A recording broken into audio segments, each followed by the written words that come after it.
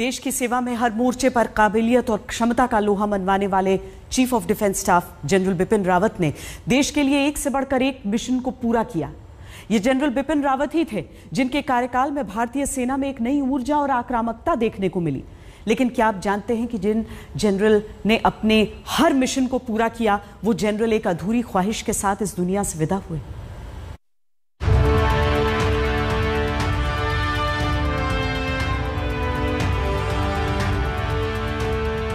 जिस chief of defence staff की सेवा को प्रधानमंत्री नरेंद्र मोदी ने असाधारण बताया, सच्चे देशभक्त की उपाधि दी, उन्हें भावभीनी श्रद्धांजलि दी।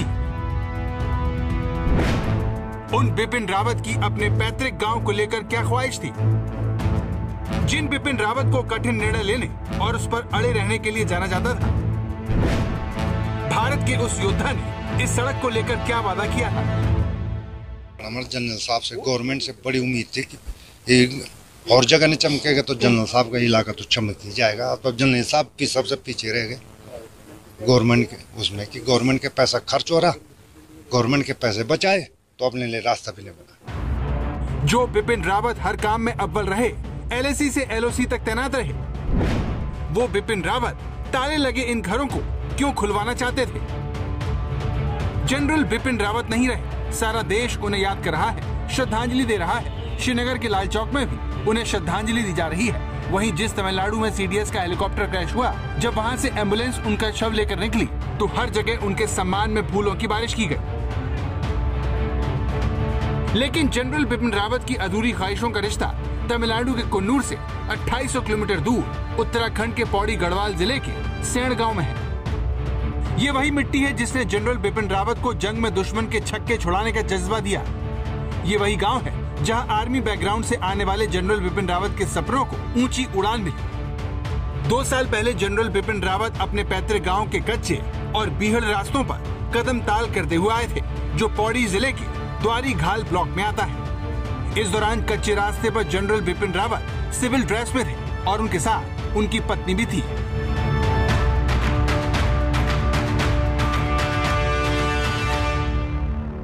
आज भले ही उत्तराखंड विधानसभा में अपने माटी के लाल को श्रद्धांजलि दी जा रही हो, लेकिन उत्तराखंड बनने के इतने साल बाद भी जनरल के घर के रास्ते अब भी उसी हालत में हैं। तो इन पगडंडियों के सहारे ही इस गांव की तरफ आया जा सकता है। ये अगर आप घर देखें, ये जनरल बिपिन रावत के चाचा का घर है। जनरल बिपिन रावत ने 2018 के अपने इस दौरे में कहा भी था कि वो ज़रूर ये कोशिश करेंगे कि यहाँ तक एक तो सड़क पहुँचे, और दूसरा उन्होंने एक बात अपने चाचा से और अपने रिश्तेदारों से कही भी थी कि वो यहाँ पर ज़मीन देखकर अपने लिए एक घर ज़रूर बनाएंगे, ताकि रिटायरमेंट के बाद वो अपना वक्त इन वादियों में गुजार सकें, एक अच्छी वादियों में गुजार सकें और एक मैसेज दे सकें पूरे देश को कि उत्तराखंड में पलायन की ज़रूरत नहीं है, रिवर्स पलायन होना बेहद ज़रूरी है। जनरल बिपिन रावत के आर्मी चीफ बनने पर आज तक साल 2016 में सेण गांव आया था। तब भी CDS के पैतृक गांव में सड़क नहीं थी और पगडंडियों के सहारे ही उनके घर तक पहुंचा जा सकता था।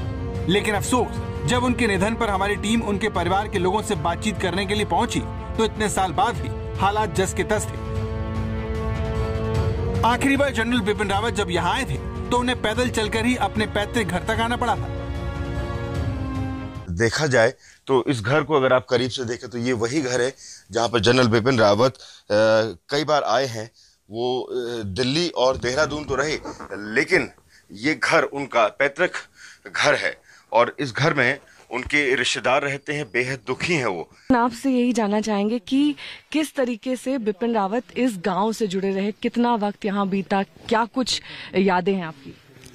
हाँ, 2018 में आए थे वो, और तब 3-4 घंटे रहे यहाँ पर। उसके बाद रात को लैंसडाउन में रहे। तब इन्होंने यहाँ पर मकान बनाने के लिए कहा था अपने लिए, बगल में इधर ही। और यहाँ पर कहा था कि मैं आता रहूँगा, जाता रहूँगा, सबको प्लान जो यहाँ से बाहर बसे हुए हैं सबको वापस लाऊंगा और गांव का विकास करेंगे। तब उन्होंने उस दिन सड़क के लिए भी चिट्ठी लिखी थी यहीं पर, और गांव में प्लांटेशन के लिए था उनका, फलदार पेड़ लगाएंगे और तब जाके गांव का विकास होगा और सबको वापस लाएंगे।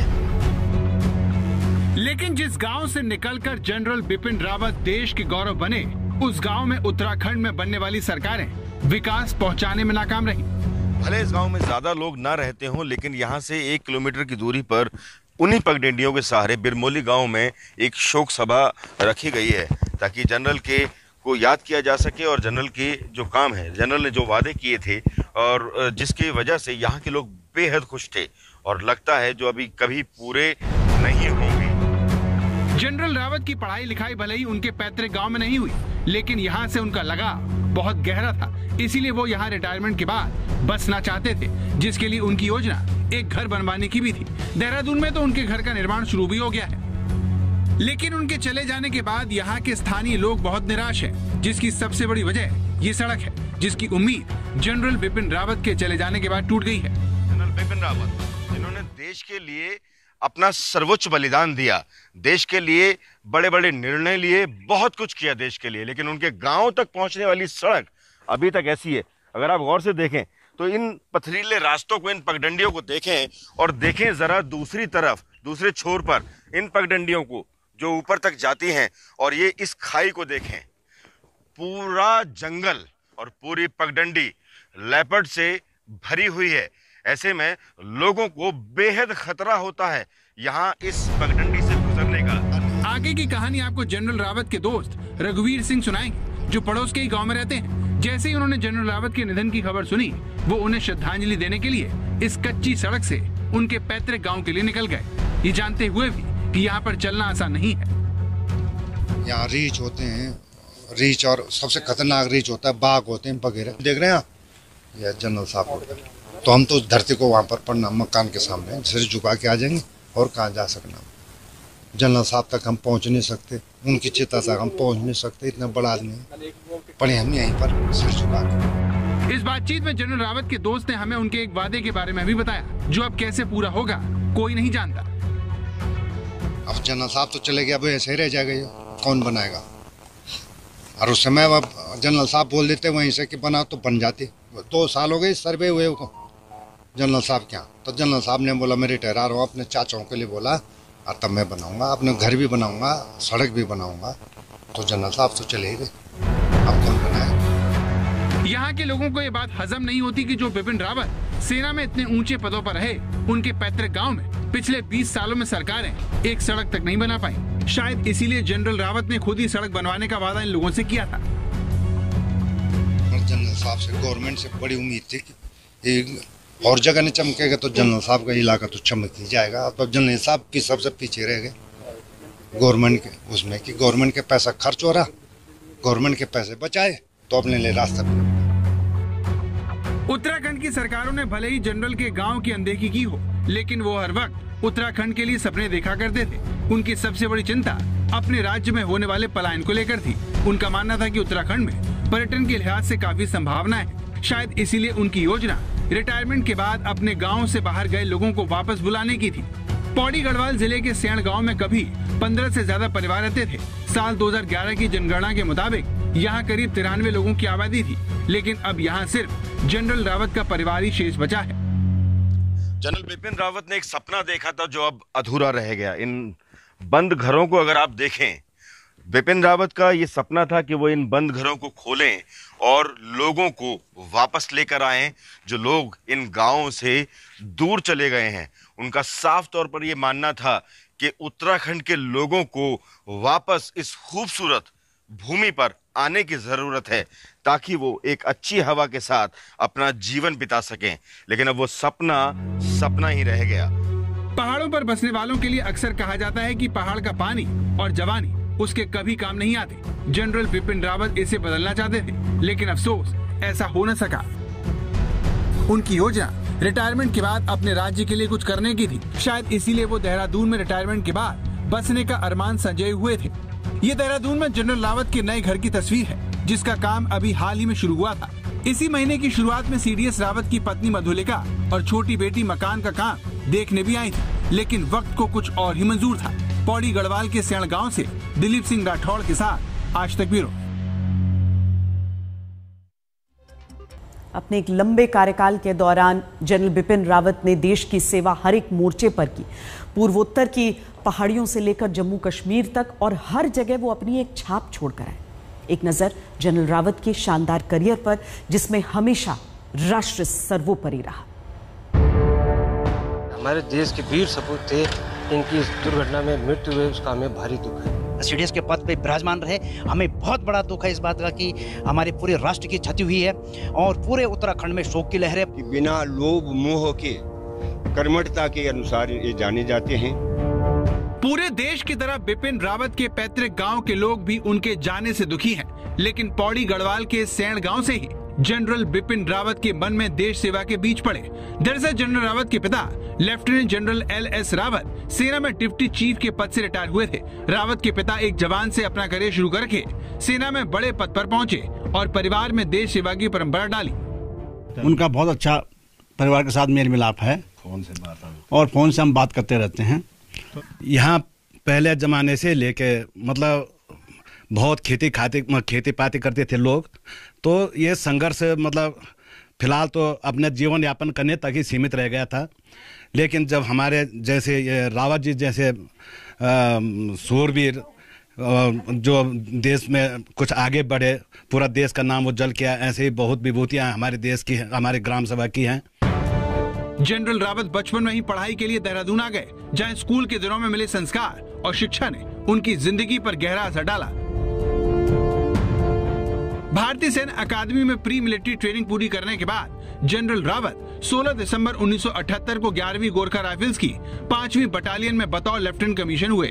INA में प्रशिक्षण के दौरान जनरल रावत ने अपनी क्षमताओं और काबिलियत से सबका दिल जीत लिया। उन्हें बेहतरीन प्रदर्शन के लिए अकादमी में प्रतिष्ठित स्वॉर्ड ऑफ ऑनर दिया गया। 1986 में चीन से लगी वास्तविक नियंत्रण रेखा पर इन्फेंट्री बटालियन के चीफ रहे। राष्ट्रीय राइफल्स के एक सेक्टर और कश्मीर घाटी में 19 इन्फेंट्री डिवीजन की अगुवाई तक की। वहीं कांगो में संयुक्त राष्ट्र के शांति मिशन का नेतृत्व भी किया। 17 दिसंबर 2016 को वो देश के थल सेना प्रमुख बना। 3 साल थल सेना प्रमुख रहने के बाद 30 दिसंबर 2019 को उन्हें देश का पहला चीफ ऑफ डिफेंस स्टाफ बनाया गया। इस पद पर उनका कार्यकाल दिसंबर 2022 में समाप्त होना था, लेकिन नियति को कुछ और ही मंजूर था, वरना देश पर मर मिटने वाला जनरल देश की सेवा आगे भी करता रहता। जनरल रावत देश को किस हद तक प्यार करते थे, इस बारे में एक बार उनकी पत्नी ने आज तक को बताया था। मेरे बच्चे तो यही बोलते हैं कि सारे आर्मी ऑफिसर्स जो उनकी तारीफ करते हैं, काश वो घर में भी वैसे हों। तो मेरे बच्चों से उनका इतना ज़्यादा, जैसे फील्ड एरिया में रहने के कारण इतना ज़्यादा इंटरेक्शन नहीं रहता है, तो मैंने ही उनको ज़्यादातर रखा है, इतना ज़्यादा नहीं है उनके साथ। तो और मुझे पता है कि वो अपने बच्चों को मतलब जो अपने दिखावट नहीं कर सकते, वो उनका ये है बस घूमना। ये है कि अपना देश में ही जितना ज़्यादा घूमो। बाहर हम लोग विदेश गए, सब ने फ़ोटो खींचनी शुरू की कि ये देखिए स्विट्ज़रलैंड कितना सुंदर है, तो कहते अपना कश्मीर भूल गए ये लोग। बिपिन रावत और उनकी पत्नी मधुलिका अपनी दोनों बेटियों को अकेला छोड़कर बहुत दूर चले गए हैं। इस मुश्किल घड़ी में सारा देश जनरल रावत की दोनों बेटियों के साथ खड़ा है। सारे देश की संवेदनाएं उनके साथ है। जनरल रावत की बड़ी बेटी का नाम कार्तिका है, उनकी शादी हो चुकी है और फिलहाल वो मुंबई में रहती हैं। वहीं छोटी बेटी का नाम तारिणी है, जो दिल्ली हाई कोर्ट में वकील के तौर पर प्रैक्टिस कर रही हैं। CDS बिपिन रावत के हेलीकॉप्टर क्रैश होने की खबर जैसी सामने आई, इस दुखद खबर के बाद रक्षा मंत्री राजनाथ सिंह जनरल रावत की बेटियों से मिलने पहुंचे और उन्हें ढांढस बंधाया। अपने माता पिता का एक साथ पार्थिव शरीर देखकर इन दोनों बेटियों पर क्या बीत रही होगी, इसकी सिर्फ कल्पना ही की जा सकती है। आज तक ब्यूरो। जनरल रावत की ख्वाहिश जरूर अधूरी थी, लेकिन शायद लोगों की और राजनीति की इच्छा शक्ति से वो पूरी भी हो सके। अभी के लिए इतना ही। देखते रहिए आज तक।